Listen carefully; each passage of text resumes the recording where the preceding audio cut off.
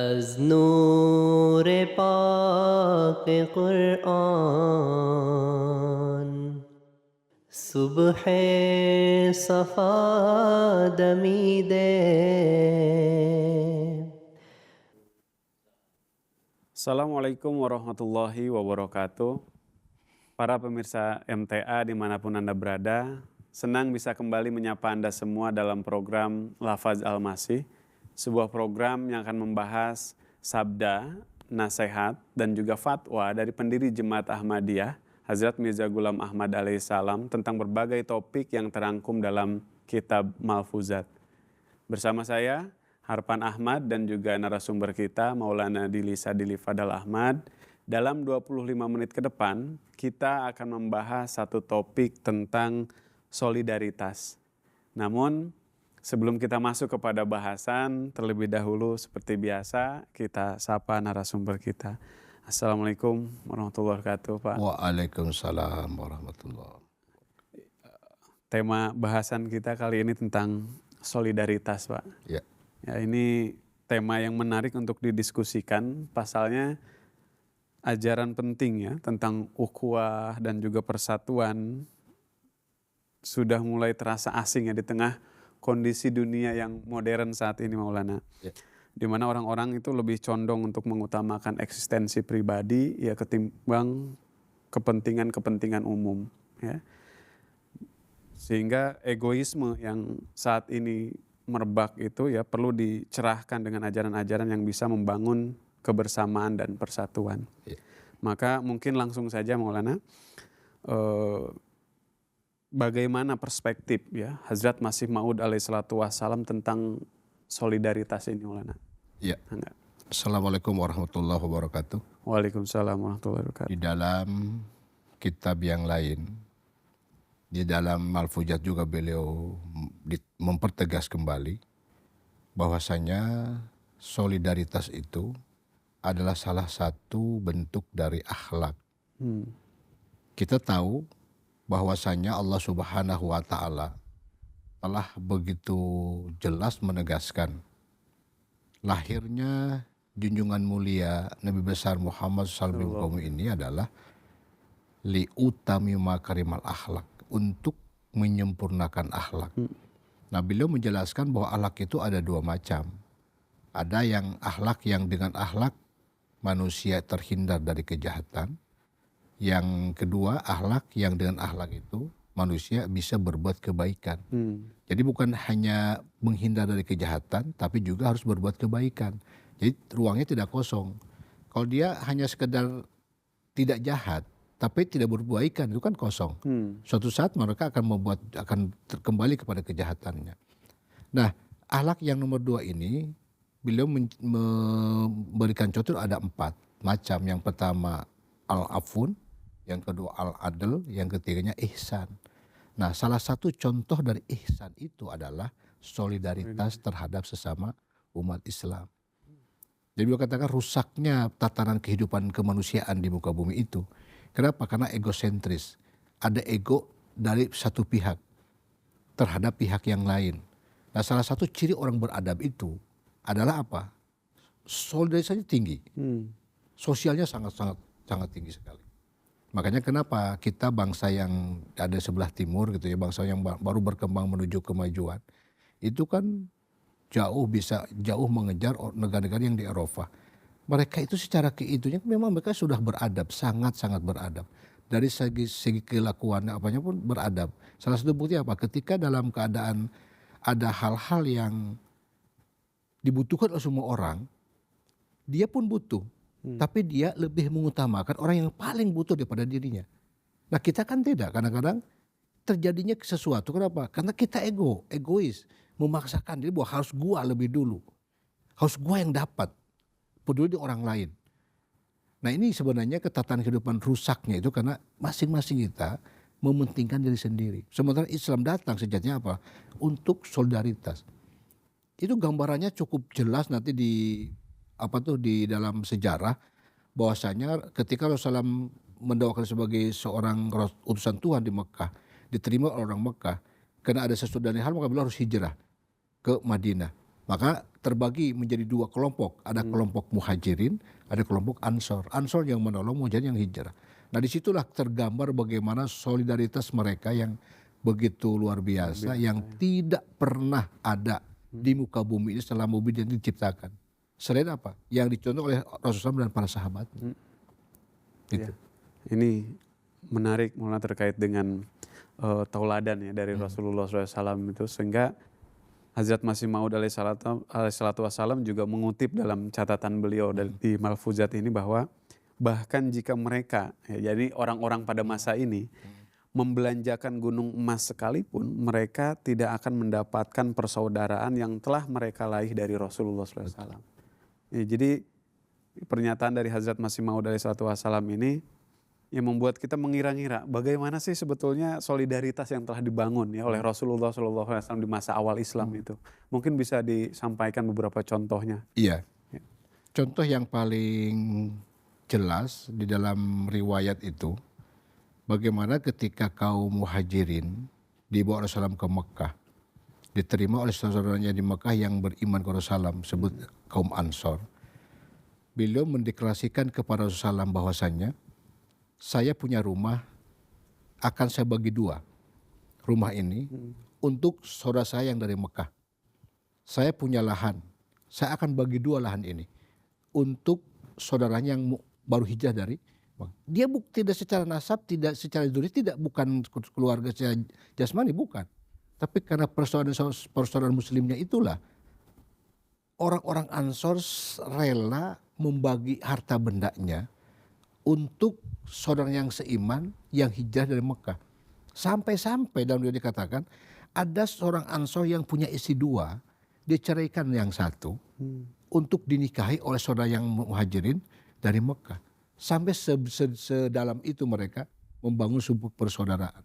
Maka kenapa Islam itu dalam tempo 23 tahun di Mekah, Rasulullah itu, Mekah dan Madinah, selama 23 tahun tidak lebih sampai Rasul wafat, manusia-manusia yang sangat biadab di Mekah berubah seketika menjadi orang-orang yang sangat-sangat beradab. Yang satunya jalinan persaudaraan yang tidak ada bandingannya, tidak ada tara bandingannya. Dan hari ini di akhir zaman sedang diulang kembali melalui jemaat yang didirikan oleh Hadrat Imam Mahdi Salam. Beliau mengatakan apa? Dalam jemaah ini telah tertampung berbagai macam jenis manusia. Ada orang besar, ada orang kecil, ada orang kaya, ada orang miskin, ada orang pintar, ada orang bodoh. Mengumpul di situ semua. Nah itu di zaman Rasulullah sama seperti itu. Bagaimana sikap seorang kaya terhadap orang miskin. Bagaimana sikap orang miskin terhadap orang kaya. Terus bagaimana teladan seorang yang pintar terhadap orang bodoh. Jadi terjalin sedemikian luar biasa. Kenapa? Tidak ada ketersinggungan sama sekali. Padahal strata mereka sangat jauh berbeda. Tapi tercipta suasana harmonisasi yang sangat luar biasa. Kenapa tadi? Solidaritas di antar mereka. Bahwa mereka hanya satu tujuannya. Kita adalah orang yang beriman kepada Allah melalui Rasulullah SAW. Nah hari ini di akhir zaman diulang kembali lewat ziliknya Rasulullah. Hadrat Imam Salam. Kita tahu dalam setiap pertempuran jemaat, dalam jalsa, dalam ijtima itu ngumpul berbagai macam orang dari berbagai strata. Tapi tidak ada yang tersinggung. Kenapa? Sama ketika ada seorang orang dari kampung yang juga bukan orang yang berpendidikan masuk masjid, dia duluan, maka dia yang berhak untuk mengisi saf awal. Dia tidak dibedakan, misalnya tidak bisa geser, jangan di situ kamu. Ya, orang ini dulu yang tidak pernah. Di Islam tidak pernah mengajarkan seperti itu. Dan Rasul mengatakan siapapun yang pertama kali datang di masjid, maka dia punya hak untuk mengisi saf awal. Apapun posisinya, siapapun dia, tidak ada minggir pejabat datang, tidak seperti itu. Beda dengan kehidupan dunia, tapi Islam mengajarkan seperti itu. Dan di akhir zaman diulang kembali lewat jemaahnya Hadrat Imam Mahdi Salam, jemaat yang sama-sama kita cintai. Baik, ya secara umum memang kita lihat ya nilai solidaritas itu sangat jauh sekali berkurang ya. Seperti tadi saya sampaikan di awal pembukaan bahasan kita bahwa di mana kecondongan manusia saat ini itu ya mereka lebih ingin menunjukkan eksistensinya ya dan berjuang demi kepentingannya pribadi, bahkan sampai melemahkan kemudian orang lain. Ya. Nah, dalam kondisi yang sudah rusak seperti itu, Pak, dapatkah solidaritas dibangun kembali secara utuh? Ya, dan kalaupun bisa, bagaimana caranya? Ya, sebenarnya lahirnya seorang utusan Tuhan di muka bumi ini akan membangun sebuah tatanan, orde. Maka Rasul katakan kan di akhir zaman nanti akan muncul tatanan dunia baru yang itu akan tampil di muka bumi ini untuk menteladani yang pernah Rasulullah contohkan 1400 tahun yang lalu. Jadi bahasa tegasnya begini, solidaritas ini tidak akan pernah tumbuh, tidak akan pernah muncul jika tidak ada orang yang datang dari Tuhan. Jadi bangun pertamanya itu, dia datang dari Tuhan, dia mendeklarasikan dirinya, terus diimani oleh orang-orang, terbentuk sebuah komunitas yang disebut jamaah. Nah, dalam jamaah inilah tarbiyat langsung. Gitu. Jadi mereka saling bersatu dari berbagai kalangan dengan satu niatan, cuma satu tujuannya adalah untuk menjadi penyembahnya Allah, menjadi hambanya Allah Subhanahu Wa Taala. Maka Rasulullah dengan berulang-ulang mengatakan, kamu datang di muka bumi ini hanya satu misinya, untuk menjadi hambanya Allah. Hamba itu artinya kata abadah. Nah, maka muncullah kata ibadah. Nah, ibadah itu sejatinya adalah penghambaan terhadap Sang Khalik. Nah, bagaimana caranya menunjukkan solidaritas itu? Nah, ibadah itu kata beliau dibagi dua. Ada ibadah yang mahdhah, yang utama. Ada ibadah yang ghairu mahdhah, yang tidak utama. Yang mahdhah ini yang utama dibagi dua. Ada mahdhah yang qasirah, ada mahdhah yang muta'adiyah. Nah, yang qasirah itu adalah ibadah yang ada hubungannya, interaksi sosial antara manusia dengan manusia. Nah, kalau sholat, coba tanya, kita rajin ke masjid, kira-kira manfaat untuk orang lain apa? Belum kan? Kita ke haji, manfaat kita haji untuk tetangga apa? Belum. Maka Rasulullah SAW lebih mengutamakan ibadah yang paling utama itu. Karena ada solidaritas antara hamba dengan hamba adalah sodako. Itu dikatakan ibadah mahdhah yang qasirah. Artinya apa? Ada interaksi sosial antara dia dengan tetangganya. Coba kalau dia datang ke masjid rajin, tetangganya sedang lapar, apa dia tahu? Kan tidak ada manfaat. Tapi ketika dia datang ke tetangganya, ternyata sudah 3 hari dia tidak makan. Bapaknya sakit, tidak bisa kerja. Anaknya tidak bisa sekolah. Dia datang menjadi penolong, kan bisa dibayangkan. Orang macam itu. Nah, itu yang harus diperbanyak. Cara untuk menumbuhkan solidaritas itu apa? Kita mesti meningkatkan ibadah-ibadah yang ada hubungannya dengan interaksi sosial. Tanpa itu tidak akan mungkin. Untuk melatih kita rasa kepedulian itu, kita sering memberi. Bagaimana kita mau merasa kalau tidak pernah ini? Gitu. Nah, itu makanya di ajaran Islam itu, ibadah yang paling utama itu adalah ibadah yang mahdhah, yang qasirah, yang ada hubungannya dengan manusia-manusia. Jadi kalau puasa kan dia sendiri, hanya untuk dia aja. Kan ada dalam riwayat itu, dalam kitab Tajud Aulia, seorang wali ditanya dalam kasabnya, kamu akan masuk surga. Ditanya kenapa? Karena apa saya masuk surga? Kalau saya Imam Al-Ghazali yang berkasabnya gitu. Imam Ghazali itu dalam kasabnya datang oleh malaikat, dan malaikat mengatakan bahwa kamu akan masuk surga, pasti masuk surga. Beliau tanya, kenapa saya masuk surga? Apa karena sholat saya? Bukan. Sholat itu hanya untuk kesucian batin kamu. Karena puasa kamu bukan. Puasa itu hanya untuk perisai bagi diri kamu. Terus karena haji kamu bukan. Haji itu hanya eksistensi aja. Terus karena apa? Kemarin kamu datang tetangga kamu yang sedang kelaparan. Di situ saya hadir. Karena itu saya senang melihat kamu menyaksikan tetangganya sedang dalam kelaparan, kamu hadir untuk memberikan rasa kenyang terhadap tetangga kamu. Karena itu, nah itu yang akan memupuk tumbuh subur hal solidaritas itu.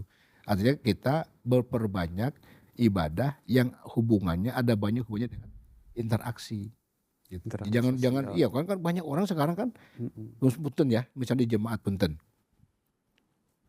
Jasa kajian berulang-ulang puluhan kali. Manfaatnya bagi jemaat yang lain apa coba? Kan enggak kan? Hanya eksistensi. Jadi bukan menggugat ya, bukan, tetapi ini fakta. Kalau kita akan menjadi seorang iman yang sejati, tolong dipahami. Kan lebih baik begini. Saya sudah berangkat 3 kali misalnya. Mampu yang keempat. Saya panggil anggota saya, muslim tetangga saya atau anggota jemaat yang lain yang kelihatannya muhli seorang ini. Biasa rajin ke masjid. Besok kamu berangkat ke Kadian ya, ikut jalsah, kamu merasakan karunia. Kan bisa dibayangkan tuh senangnya. Dia tidak perlu berangkat, tapi pahalanya dia dapat. Nggak perlu capek, nggak perlu apa-apa gitu. Nah ini yang jarang yang disadari. Padahal masih boleh katakan tadi, salah satu contoh ihsan itu adalah solidaritas terhadap sesama kamu. Nah kita mau menunjukkan ketakwaan kita lewat sholat tahajud kita, itu boleh-boleh saja. Cuma tadi Rasulullah SAW katakan bukan itu yang Allah sukai. Ibadah itu udah personality kamu dengan Tuhan kamu. Itu individu kamu dengan Tuhan kamu. Rajinnya ke masjid, kamu puasa rajin, tahajud juga rajin, semuanya juga rajin. Tapi banyak tetangga kamu yang mengeluh. Kamu tidak pernah peduli dengan tetangga kamu. Ketika tetangga kamu sakit, tidak butuhan, anak lagi sekolah, banyak sekali. Tapi kamu tidak pernah peduli dengan mereka. Boleh bilang menjadi nonsen semuanya yang dilakukan. Gitu.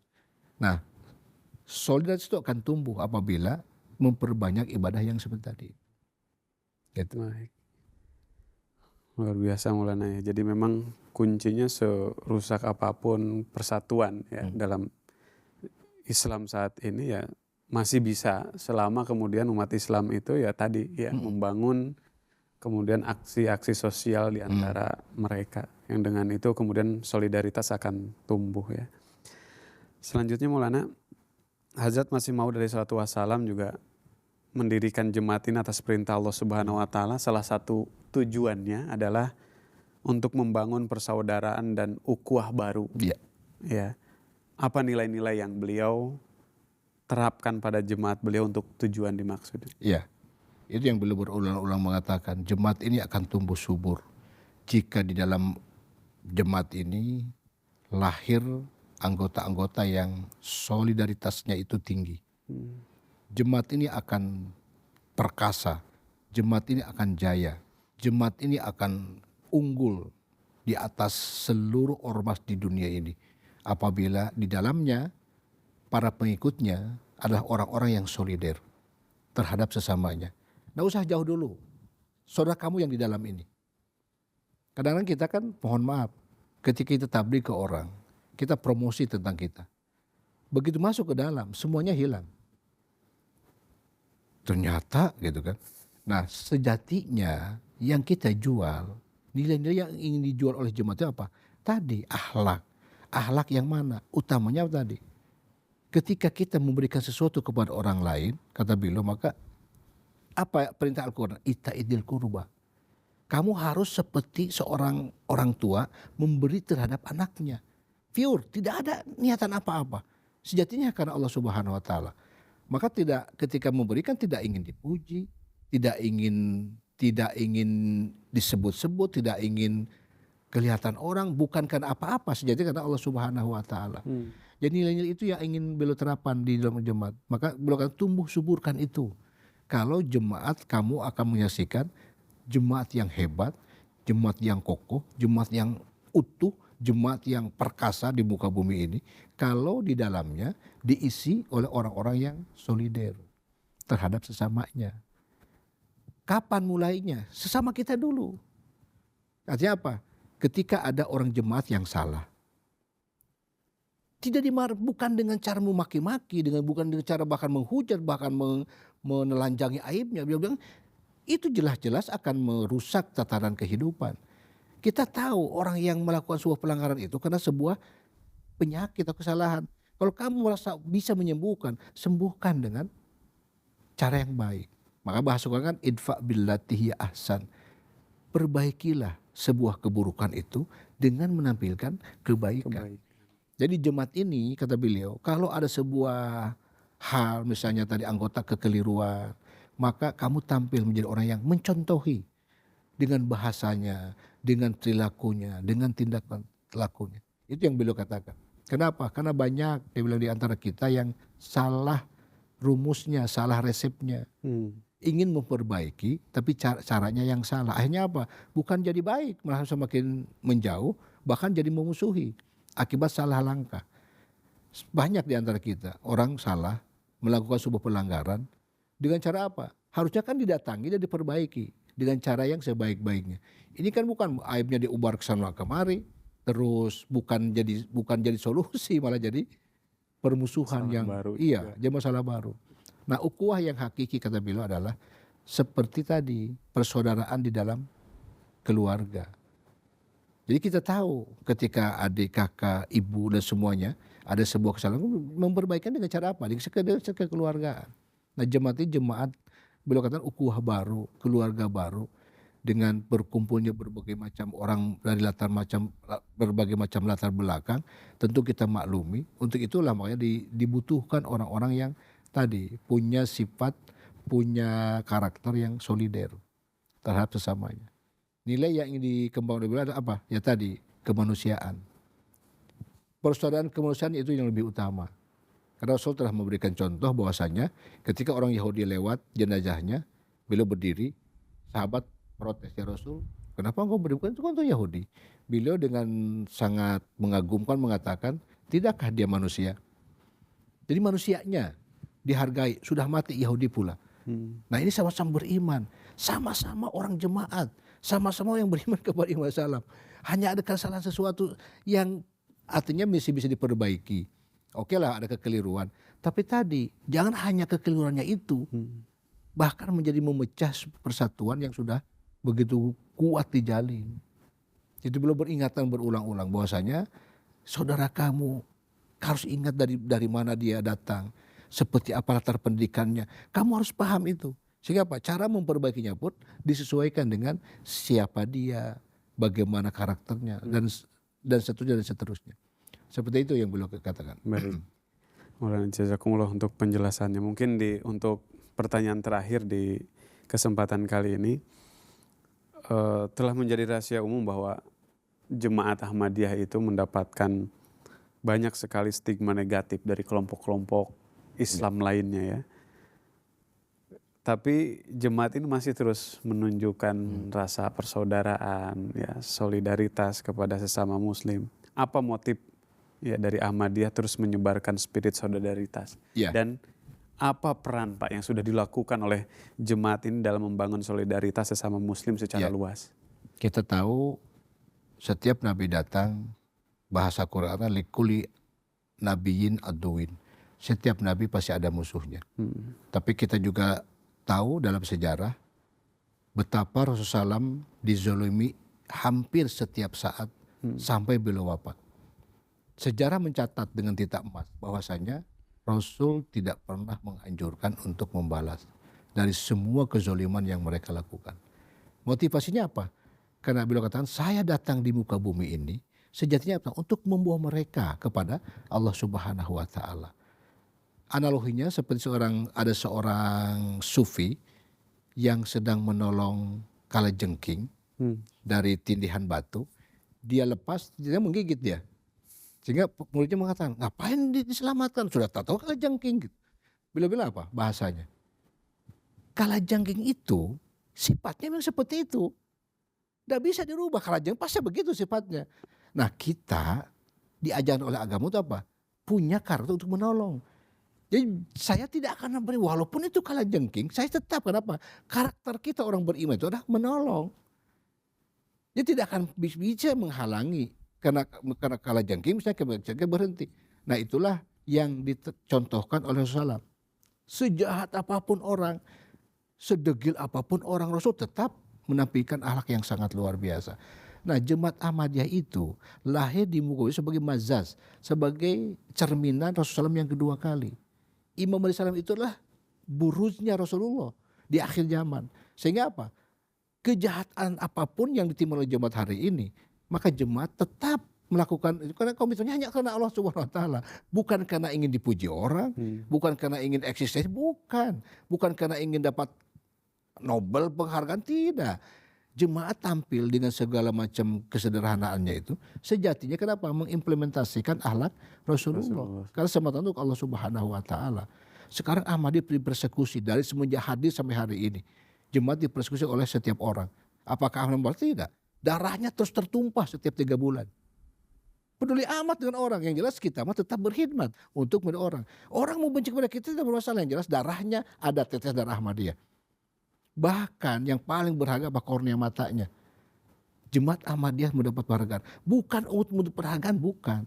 Tapi apa? Untuk kemanusiaan. Karena itu atas nama apa? Atas nama Allah Subhanahu wa Ta'ala. Itu motivasinya. Bukan karena ingin dapat penghargaan. Bukan karena supaya mereka datang ke kita. Bukan. Ini semata-mata karena apa? Perintah Allah Subhanahu wa Ta'ala yang telah diteladankan oleh junjungan Muhammad SAW, dan hari ini Ahmadiyah lahir sebagai burujnya Rasulullah SAW, maka apa yang Rasul lakukan maka hari ini pun Ahmadiyah lakukan dengan jemaahnya. Insya Allah sampai kapanpun jemaat Ahmadiyah tidak akan pernah berubah. Sejahat apapun mereka, sehebat apapun mereka mempersekusi kita, jemaat akan tampil seperti yang dicontohkan oleh junjungannya Rasulullah SAW. Baik, Tetap berkhidmat. Jazakumullah khairan jazaa untuk penjelasannya sangat luar biasa. Semoga menjadi hasanah ilmu bagi Amin. kita semua. Baik pemirsa MTA dimanapun Anda berada, demikian akhir dari bahasan kita pada kesempatan kali ini. Saya Harpan Ahmad beserta kru yang bertugas mohon undur diri. Assalamualaikum warahmatullahi wabarakatuh. Waalaikumsalam. از نور پاک قرآن صبح صفا دمیده